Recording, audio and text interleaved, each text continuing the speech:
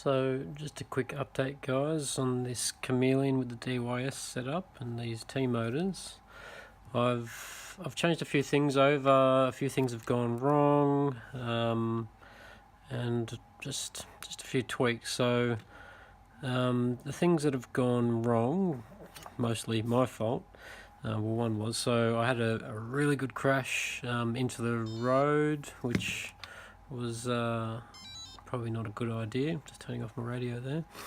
A few cartwheels, hard surface. So as you can see here, this motor's taken a bit of a beating. So what it actually did was it bent the chassis or the frame of the motor underneath, and it bent it up and mangled it and carried on. Didn't cause any damage to the coils or the inside. I pulled the bell off, it was still nice and clean on the inside. So you can see on the frame there, I've done quite a good bit of, well, I wouldn't say damage, but it's definitely scuffed it up a fair bit. So it was a considerable hit. But to the best part of the Chameleon frame there, it's held up really well to that crash. Didn't break at all, just a bit of a ding. Bent the props and into the sheathing, and it didn't cut into the wires. It stood up really well, so I definitely recommend the sheathing. And so yeah, did that bit of damage there. So I just cut it away, and it's all good.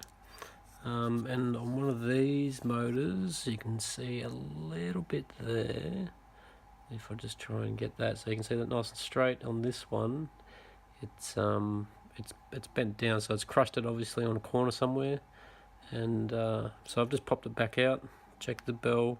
Again, the coils look all okay. So I do have a spare motor. A bit hesitant to put it on because I'm still kind of bashing this around, and we'll see how we go. So other than that, the DYS stack, the pins, which are usually quite reliable, in this case have failed me, and I'm not sure if it's the flight control or the ESC, but one of them has failed in the plug coupler and the pins, and it's not working anymore. So sent a message off to Banggood, and they're sending off a new ESC just to see if that's the problem, and we'll go from there. In the meantime, I've just plugged in the side plug there and hooked up the S cables straight onto the flight controller, and it seems to work okay. Not the best looking thing, but it does the job and keeps me in the sky. Otherwise, I also rerouted all these wires. I really didn't like what I'd done there, and I'd prefer to drag them over the board. The reason why I didn't do that in the first place is because I want a bit of room there to put my battery strap, and it still rubs against the wires a little bit, but the hot milk glue kind of protects it, and it remains to be seen really how good it's going to be. So we'll keep trying with that idea. Maybe I'll just go right under. We'll see what happens. A bit of news on this, what do they call it? This Scotch grip lock or whatever it's called. Anyway, you guys know what it is. Look, it's really strong, hard to get off. I'll put the battery on there now. This is just a dyno that I'm running, and it's that in that direction, impossible, virtually impossible to get off. But as soon as you have an accident, it doesn't really come off that way. They tend to come off like that, and you can see nice and very easy to pull off. So I did have a fair few crashes with this, and the battery did jettison almost immediately every time. So did my camera. I'm using the Runcam 3, sorry, the Cube, and yeah, it came off straight away with that. So I'm a bit of a strap cutter anyway, so I've upgraded my straps to a steel clasp and leather with this type of stitching, because I tend to always snap them here, and all the plastic snaps. So I know I'm kind of moving a weak point, turning into a strong point, which may break things further down the line, but I'll talk back, see how that goes. In the meantime, I haven't tried it, so we'll see how that goes. The other thing I've done is I've upgraded to the TBS Unifier, which I was actually astounded to see how small it is. It is freaking tiny. But I love it because the smart audio and selecting your race channel and being able to fly with your mates without having to toss around too much with the buttons and everything. I also upgraded to the TBS antenna. Didn't go with the stubby, just went for the full length. For those wondering, and I certainly wondered for a little while because I've never set up smart out audio, how to set up the, that's just my batteries charged in the background, that's the LC, how to set up the smart audio on this DYS4 Pro.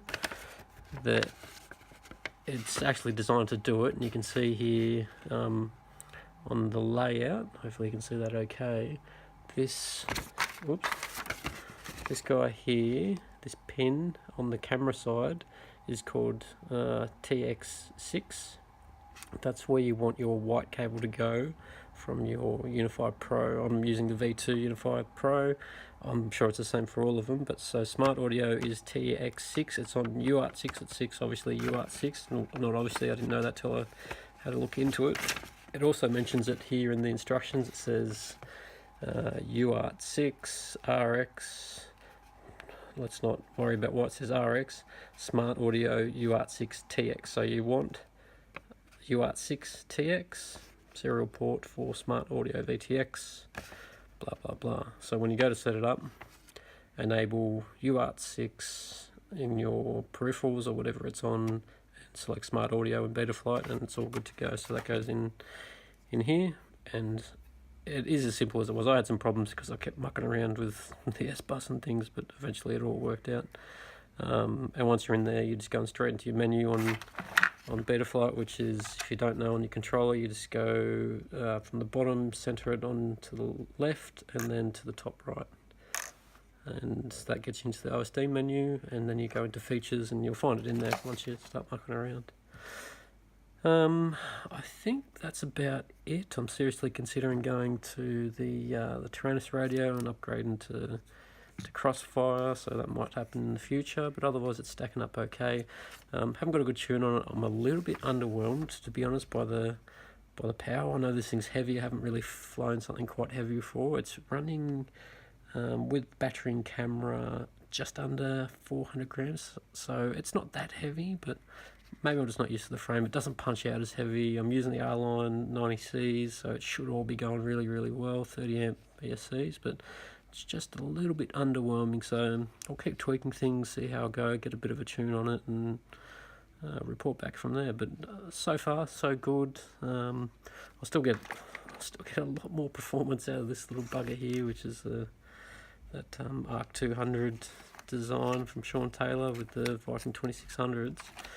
She's real fun to fly. So at the moment, preferring this, but I want to kind of change this frame as well. So I'm going to stick with it, persevere. I know it's going to be good. I've just got to get it the way I want it. So we'll go from there, guys. Thanks for tuning in.